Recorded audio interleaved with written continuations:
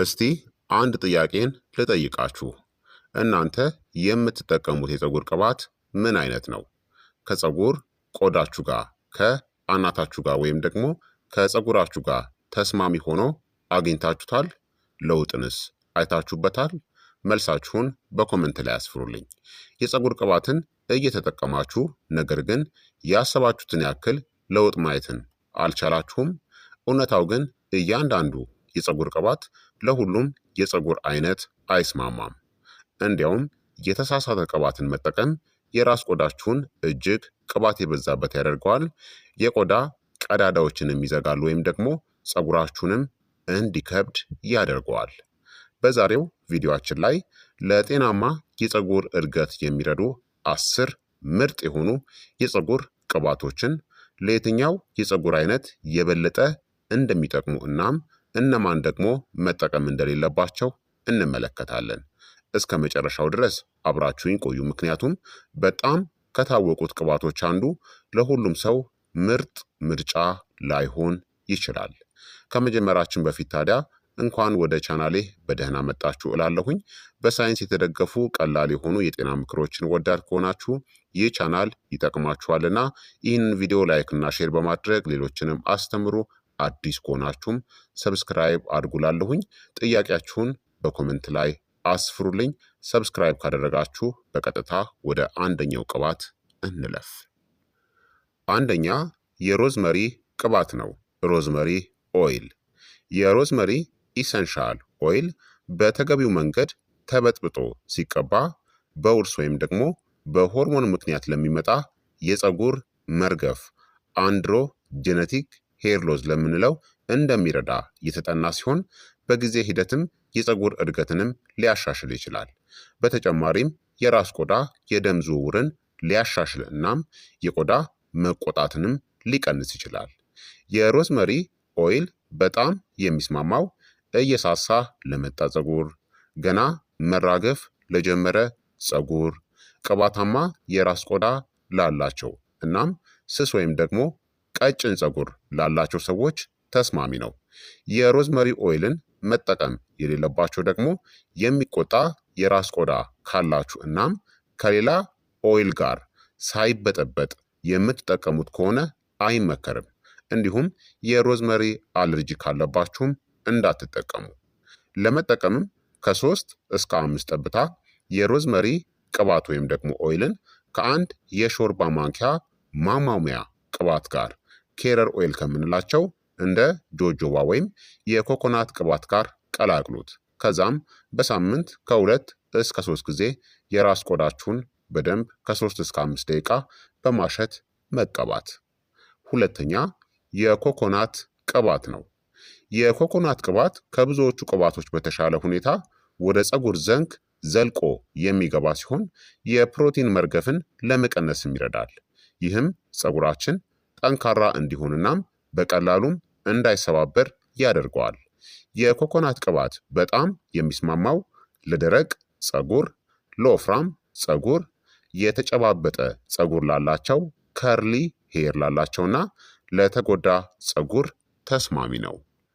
የኮኮናት ኦይልን ደግሞ መጠቀም የሌለባቸው በቀላሉ የሚተኛ ወይም የሚዝለፈለፍ በጣም ስስ ፀጉር ካላችሁ እናም የራስ ቆዳችሁ እጅግ ቅባታማ ከሆነ አትጠቀሙት።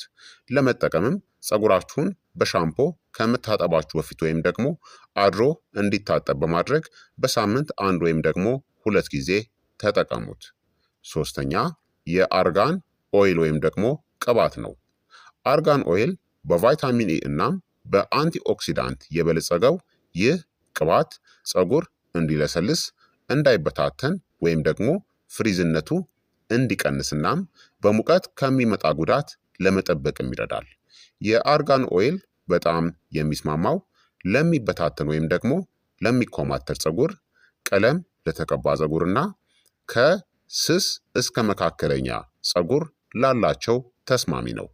የአርጋን ኦይልን ደግሞ መጠቀም የሌለባቸው እጅግ ቅባታማ የራስ ቆዳ ካላችሁ እናም በፀጉራችሁ ስር ላይ በብዛት የምትጠቀሙ ከሆነ አይመከርም። አራተኛ የጆጆባ ቅባት ወይም ደግሞ ኦይል ነው። የጆጆባ ቅባት ወይም ደግሞ ኦይል ከቆዳችን ተፈጥሯዊ ቅባት ወይም ደግሞ ሴበም ጋር በጣም የተቀራረበ ሲሆን የራስ ቆዳን ሳያከብድናም ቅባታማ ሳያደርግ እርጥበትን የመስጠት አቅም አለው። የጆጆባ ኦይል በጣም የሚስማማው ቅባታማ የራስ ቆዳ ላላቸው፣ የሚቆጣ የራስ ቆዳ ላላቸው፣ ስስ ለሆነ ፀጉርናም ደረቅ የራስ ቆዳ ላላቸው ተስማሚ ነው። የጆጆባ ኦይልን ደግሞ መጠቀም የሌለባቸው የታወቀ የጆጆባ አለርጂ ካለባችሁ እንዳትጠቀሙ። አምስተኛ የካስተር ኦይል የጉሎ ቅባት የምንለው ነው። በተለምዶ የካስተር ቅባት ለፀጉር እርጥበትን ይሰጣል። የመሰባበር እድሉንም በመቀነስ ፀጉር ጥቅጥቅ ብሎ እንዲታይ ያደርጋል። ነገር ግን የፀጉር እድገትን በቀጥታ ያፈጥናል ለማለት በቂ ሳይንሳዊ ማስረጃ የለውም። ታዲያ ይህ የካስተር ኦይል በጣም የሚስማማው ለወፍራም ፀጉር፣ ደረቅ ፀጉር ላላቸውና የሚሰባበር ፀጉር ላላቸው ነው። የካስተር ኦይልን ደግሞ መጠቀም የሌለባቸው በጣም ስስ ፀጉር ካላችሁ እንዲሁም ደግሞ ከባድ ወይም ወፍራም ቅባቶችን የማትወዱ ከሆነ፣ በራስ ቆዳችሁ ላይ የቅባት እናም የቆሻሻ ክምችቶች ካለ በፍጹም አትጠቀሙ። ታዲያ ማስታወስ ያለባችሁ እጅግ ወፍራም ስለሆነ ከቀለል ካለ ቅባት ጋር ቀላቅላችሁ ተጠቀሙት።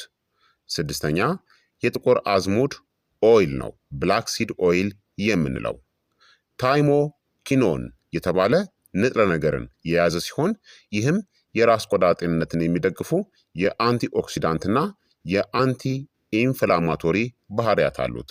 በጣም የሚስማማው ደረቅ የራስ ቆዳ ላላቸው፣ ቀላል የፎሮፎር ችግር ላለባቸውና ደካማ የሆነ ፀጉር ላላቸው። ይህንን የጥቁር አዝሙድ ኦይልን መጠቀም የሌለባቸው ደግሞ ተነካኪ ወይም ሚዛናዊ ያልሆነ ቆዳ ካላችሁ በመጀመሪያ በትንሽ ቦታ ላይ ሳትሞክሩ ማለትም በእጅ አንጓችሁ ላይ ለ24 ሰዓታት ያክል ሳትሞክሩ በቀጥታ በፀጉራችሁ ላይ መጠቀም የለባችሁም። ሰባተኛ የዱባ ፍሬ ቅባት ፐምኪን ሲድ ኦይል የምንለው ነው። አንዳንድ ጥናቶች እንደሚያመለክቱት የዱባ ፍሬ ቅባት ወይም ደግሞ ፐምኪን ሲድ ኦይል በተለይም በወንዶች ላይ በሚከሰት የፀጉር መርገፍ ችግር ወቅት የፀጉር እድገትን ሊደግፍ ይችላል። ይህ ኦይል በጣም የሚስማማው እየሳሳ ለመጣ ፀጉር፣ በእድሜ ምክንያት ለሚሳሳ የፀጉር አይነትና መደበኛ የራስ ቆዳ ላላቸው ተስማሚ ነው። ይህንን ኦይል ደግሞ መጠቀም የሌለባቸው የዱባ ፍሬ አለርጂ ካለባችሁ እንዳትሞክሩት። ስምንተኛ የአልመንድ ኦይል ወይም ደግሞ ቅባት ነው። ፀጉርን የሚያለሰልሱ እናም መሰባበርን የሚቀንሱ በቫይታሚን ኢ እናም በጤናማ ስቦች የበለጸገ ነው። ይህ አልመንድ ኦይል በጣም የሚስማማው ለደረቅ ፀጉርና ጫፉ ለሚሰነጣጠቅ ፀጉር ተስማሚ ነው። የአልመንድ ኦይልን ደግሞ መጠቀም የሌለባቸው የለውዝ ወይም ደግሞ የዛፍ ፍሬዎች አለርጂ ካለባችሁ እንዳትጠቀሙ። ዘጠነኛ የወይን ፍሬ ቅባት ወይም ደግሞ ግሬፕ ሲድ ኦይል የምንለው ነው። ይህ ፀጉርን ቅባታማ ሳያደርግ እርጥበትን የሚያቀብል በአንቲኦክሲዳንት የበለጸገ ምርጥ ቅባት ነው። ይህ ግሬፕ ሲድ ኦይል በጣም የሚስማማው ለስስ ፀጉር፣ ቅባታማ የራስ ቆዳ ላላቸውና ለስላሳ ፀጉር ላላቸው ተስማሚ ነው። ግሬፕ ሲድ ኦይልን ደግሞ መጠቀም የሌለባቸው የወይን አለርጂ ካለባችሁ እንዳትጠቀሙ። አስረኛ የአቮካዶ ኦይል ወይም ደግሞ ቅባት ነው። ደረቅናም የተጎዳን ፀጉር የሚያለሰልሱ እናም የሚመግቡ ቫይታሚን ኤ፣ ቫይታሚን ዲ፣ ቫይታሚን ኢ፣ ጤናማ ስባዎችን እናም አንቲኦክሲዳንቶችንም ይዟል። ይህ ኦይል በጣም የሚስማማው ደረቅ ፀጉር ላላቸው፣ ወፍራም ፀጉር ላላቸው፣ ለሚሰባበር ፀጉርናም በሙቀት ለተጎዳ ፀጉር ተስማሚ ነው። ይህንን ኦይል ደግሞ መጠቀም የሌለባቸው ቅባትን ከተቀባችሁ በኋላ የራስ ቆዳችሁ በቀላሉ ቅባታማ የሚሆን ከሆነ እንዳትጠቀሙት። ታዲያ ቅባቶችን ስትጠቀሙ ምንጊዜም ቢሆን የተሻለ ውጤትን ለማምጣት አዲስ ቅባትን ምንጊዜም ከመጠቀማችሁ በፊት ሁልጊዜ በትንሽ ቆዳችሁ ላይ ሞክራችሁ አረጋግጡ። ማለትም 24 ሰዓታት ያክል ጠብቁ። ምናልባትም አለርጂ ካለባችሁ ለማወቅ ማለት ነው። እንደ ሮዝመሪ ያሉ ኢሰንሻል ኦይሎችን ደግሞ የግድ ከሌላ ማሟሙያ ቅባት ጋር መበጥበጥ ይኖርባችኋል ማለት ነው። በቀጥታ ብቻቸውን መቀባት አትችሉም ማለት ነው። እንዲሁም የራስ ቆዳችሁን ከ3 እስከ 5 ደቂቃዎች በስሱ ማሸት ይኖርባቸዋል። ወፍራም ቅባቶች ደግሞ በቆዳችሁ ላይ ክምችትን የሚያመጡ ከሆነ ከጥቂት ሰዓታት በኋላ ታጥባችሁ አውጧቸው። እንዲሁም በቂ ፕሮቲን፣ ብረት ወይም ደግሞ አይረን፣ ዚንክ፣ ቫይታሚን ዲ እና ኦሜጋ ስሪ ስቦችን ተመገቡ። ምክንያቱም ስነ ምግብ ለፀጉር ጤንነት ትልቅ ሚናን ይጫወታል።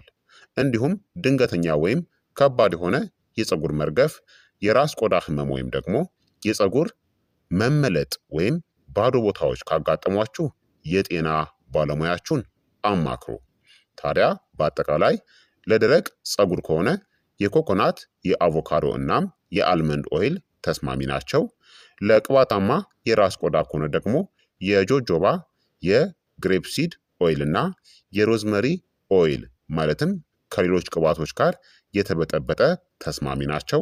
እንዲሁም ደግሞ የተጨባበጠ ወይም የተያያዘ ወይም በተለምዶ ከርሊ ሄር ላላቸው የኮኮናት፣ የአቮካዶ እናም የአልመንድ ኦይል ተስማሚ ናቸው። ስስ ወይም ደግሞ ቀጭን ፀጉር ካላችሁ የአርጋን፣ የጆጆባ ወይም ደግሞ የግሬፕሲድ ኦይል ተስማሚ ነው። ወፍራም ፀጉር ካላችሁ ደግሞ የካስተር፣ የኮኮናትና የአቮካዶ ኦይል ተስማሚ ናቸው። የተጎዳ ፀጉር ካላችሁ ደግሞ የኮኮናት፣ የአርጋንና የአቮካዶ ኦይል ተስማሚ ነው። እየሳሳ ለመጣ ፀጉር ደግሞ የሮዝመሪ፣ የዱባ ፍሬ ወይም ደግሞ ፐምኪን ሲድ ኦይል እና የጥቁር አዝሙድ ኦይል እጅግ ተስማሚ ናቸው ማለት ነው። በአጠቃላይ ምርጡ የፀጉር ቅባት የግድ በጣም ውድ የሆነው አይደለም፣ ከእናንተ የፀጉር አይነትናም የራስ ቆዳ ፍላጎት ጋር የሚስማማው እንጂ። ከተመጣጠነ ምግብናም ጥሩ የፀጉር እንክብካቤ ልምዶች ጋር ዘወትር ከተጠቀማችሁበት ትክክለኛው ቅባት የፀጉር መሰባበርን ለመቀነስ፣ የራስ ቆዳ ጤንነታችሁን ለማሻሻል እናም በጊዜ ሂደት ፀጉራችሁ ጤናማ ሆኖ እንዲታይ ይረዳዋል ማለት ነው። ታዲያ እናንተ ከነዚህ ውስጥ የትኛውን የፀጉር ቅባትን ሞክራችሁ ታውቃላችሁ? አጠቃቀማችሁስ ምን ይመስል ነበር? አስተያየታችሁን እስቲ ከታች በኮመንት ላይ አስፍሩልኝ። የዛሬው የጤና ትምህርት እንግዲህ ይህንን ይመስል ነበረ። ለተጨማሪ በማስረጃ ላይ የተመሰረቱ የጤና እናም የውበት ምክሮች ቪዲዮ ላይክ እና ሰብስክራይብ ማድረግ እንዲሁም የደወል ምልክቷን ማብራታችሁን እንዳትረሱ። አብራችሁኝ ስለነበራችሁ እጅግ አድርጌ አመሰግናለሁኝ። በቀጣይ የጤና ትምህርት እስከምንገናኝ እኔንም እናንተንም ቸር ያቆየን። መልካም ጊዜ፣ መልካም ቆይታ